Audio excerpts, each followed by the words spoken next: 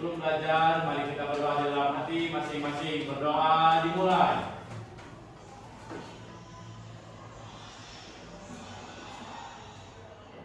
Doa selesai. Sebelum kita masuk pembelajaran, Ibu akan mengabsen dulu ya.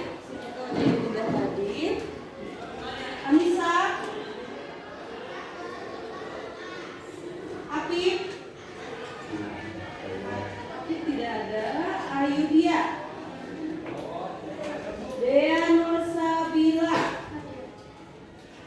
Fahri Hadir. Fahmi,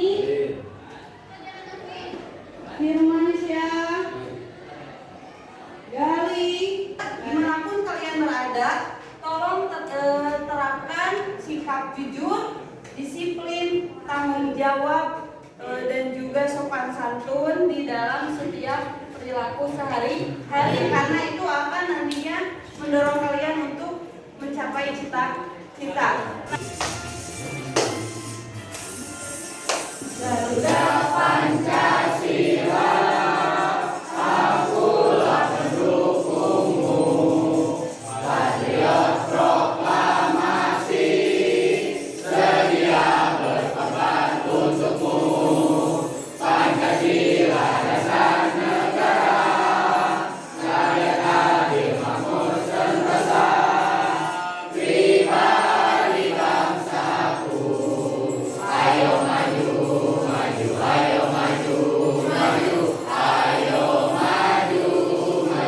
Setelah kita tadi menyanyikan lagu wajib nasional, ya kita akan masuk ke pembelajaran, yaitu membangun budaya taat hukum.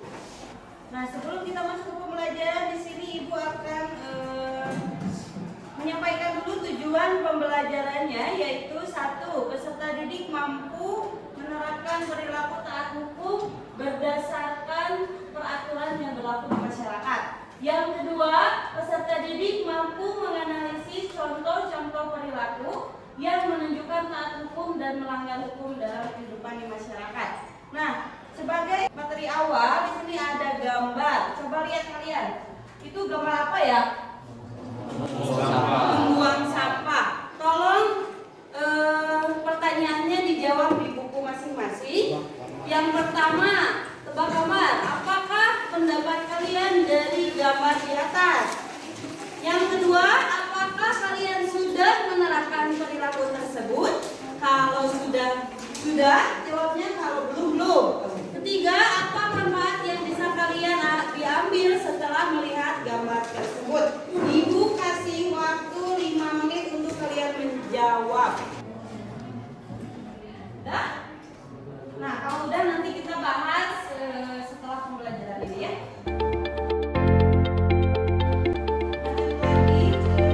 Ini ada sebuah video. Tolong kalian catat informasi yang penting dari setiap video, dan kalian nanti contoh-contoh kasus pelanggaran hukumnya tolong ditulis ya, karena nanti ada pertanyaan dan tugas yang harus kalian kerjakan.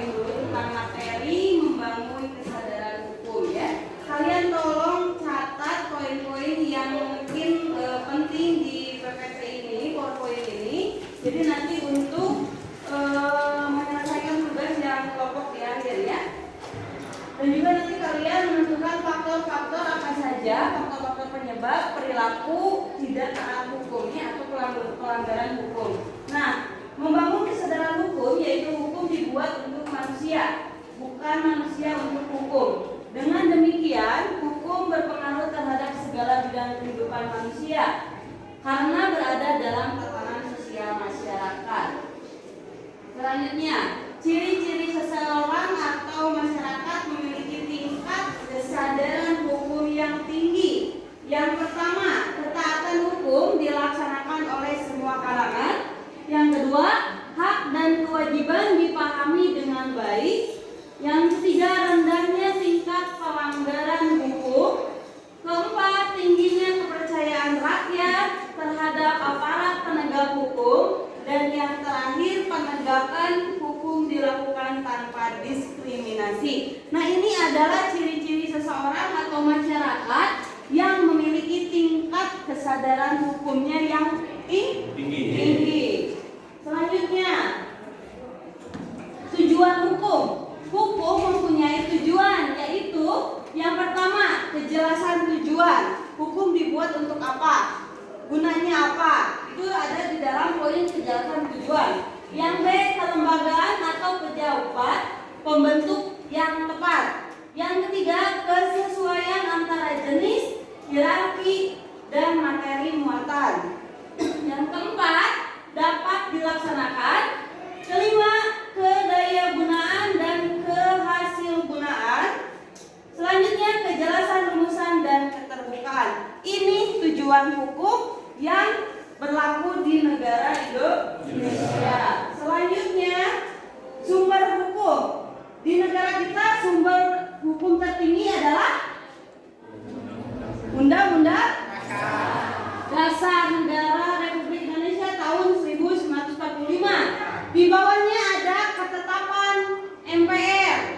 Setelah ketetapan MPR ada undang-undang.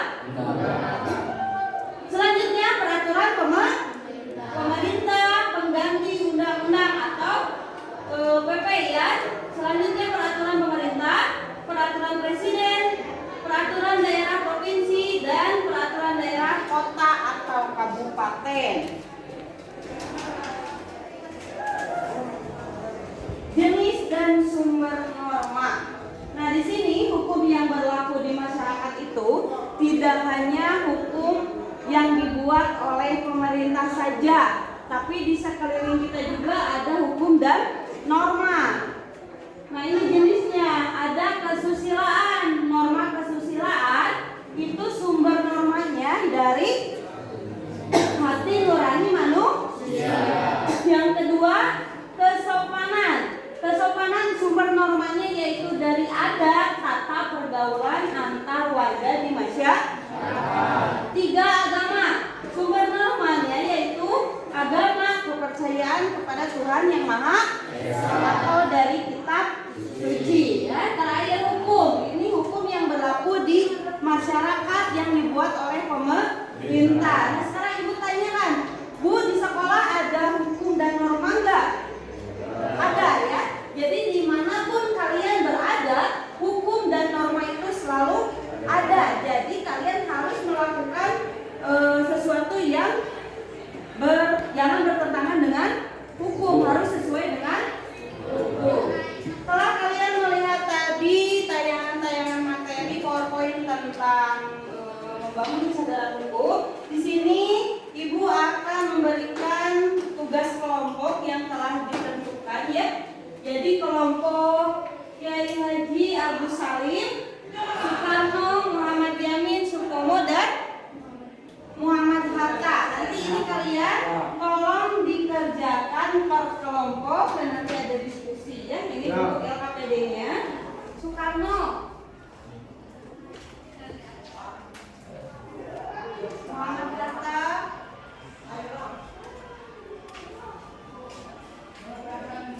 Sutomo,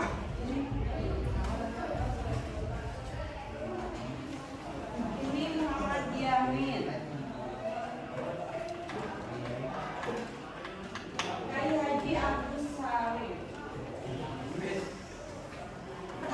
Kalian tolong lihat di sana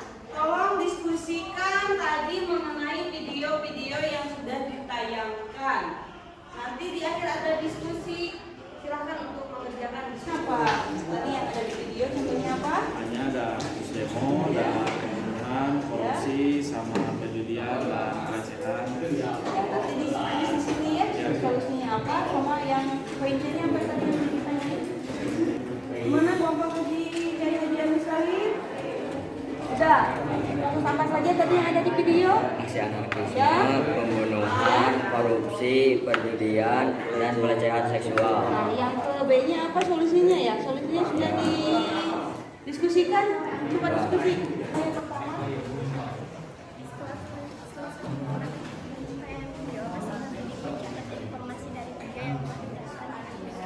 ya, kedua, kita video.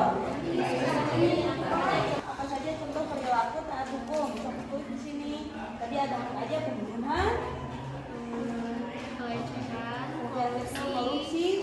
aksi anarkisme. Nah, setelah tadi kalian berdiskusi, sekarang waktunya kalian untuk mempresentasikan hasil diskusi per kelompok. Silakan kelompok Soekarno dulu.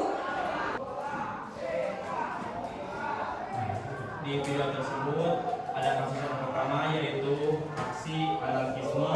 Biasanya terjadi kekerasan dan membawa air keras dan merusak jalan atau fasilitas umum dan sebagainya.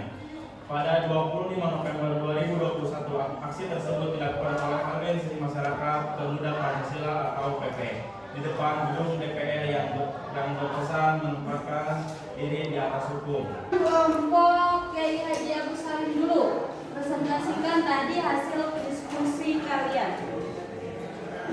Di video tersebut ada kasus melanggar hukum yaitu pembunuhan dan perampokan yang disebabkan oleh dendam kejiwaan dan terdesak kebutuhan ekonomi. Cara penanganan dari masalah ini adalah kita harus waspada dimanapun dan terhadap siapapun. Kita juga Memakai uang atau barang berharga sebagai taruhan. Cara menangani kasus ini adalah kita bisa mendukung aparat penegak. Sudah.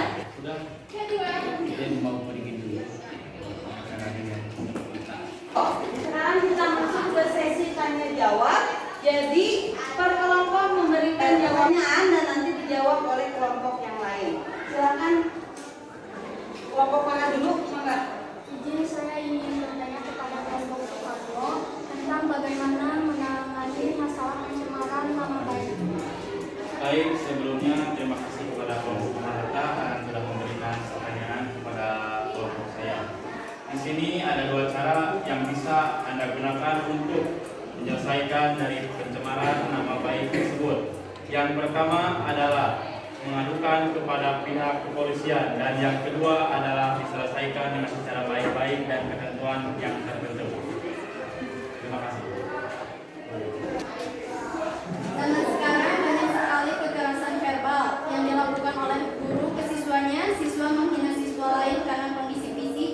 Siswa melakukan penganiayaan ke sesama siswa, memilih-milih teman karena perbedaan agama, ras, dan lain-lain.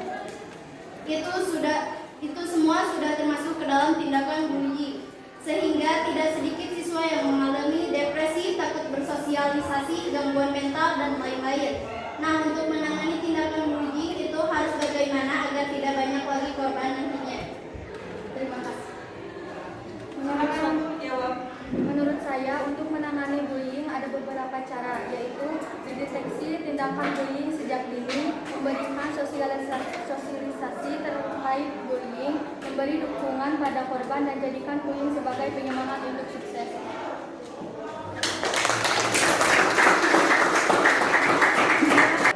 Dan itu adalah sesi tanya jawab dari setiap kelompok dan alhamdulillah kelompok yang lain juga bisa menjawab ya. Nah sekarang kita masuk ke pembelajaran refleksi. Ada dua pertanyaan yang Ibu berikan. Kalian tolong dijawab secara spontan, secara langsung. Yang pertama, apa manfaat dari pembelajaran hari ini tentang membangun kesadaran hukum? Siap, terima kasih sudah memberikan kesempatan berkomunikasi diberitahukan agar supaya lebih menaati aturan dan tidak pernah melanggar hukum. Sekian, terima kasih. Untuk pertanyaan kedua, implementasi apa yang harus kalian lakukan dalam kehidupan sehari-hari dari materi membangun kesadaran hukum? Bentuk perilakunya seperti apa dalam kehidupan sehari-hari dalam membangun kesadaran hukum, baik di sekolah, keluarga, dan masyarakat? Enggak? Jangan melanggar peraturan yang sudah dibuat baik di masyarakat ataupun di sekolah. Terima kasih.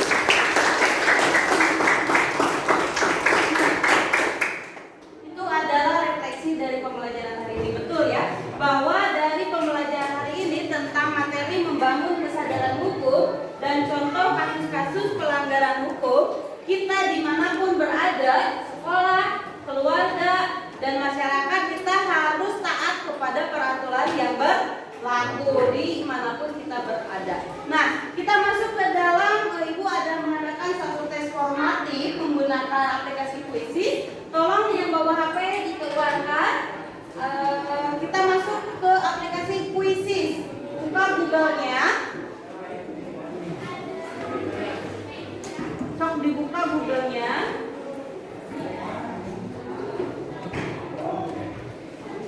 Join Quizzes. Join Quizzes. Dan nilai harian hari ini, pembelajaran ini. Kodenya 516372. Mana HP-nya?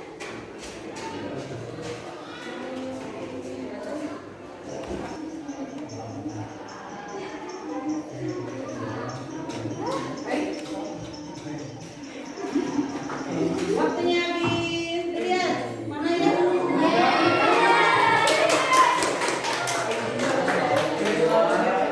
Nilai tertinggi Fahri Muhammad.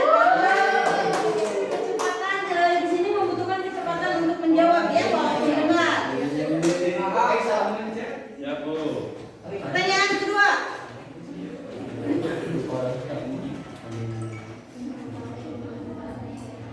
Dua lagi yang mau menjawab.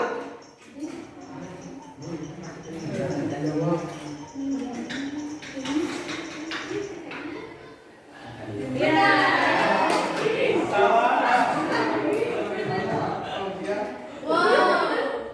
Disusul oleh Rizma.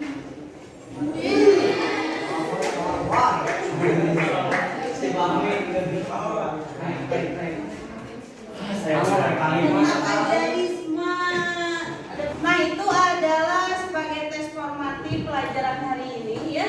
Dalam pelajaran hari ini Ibu akan memberikan satu moral bahwa dalam membangun perilaku taat hukum diperlukan kesadaran hukum terlebih dahulu. Ya. Nah, untuk pelajaran selanjutnya kita akan bahas tentang materi hubungan hukum dan norma ya.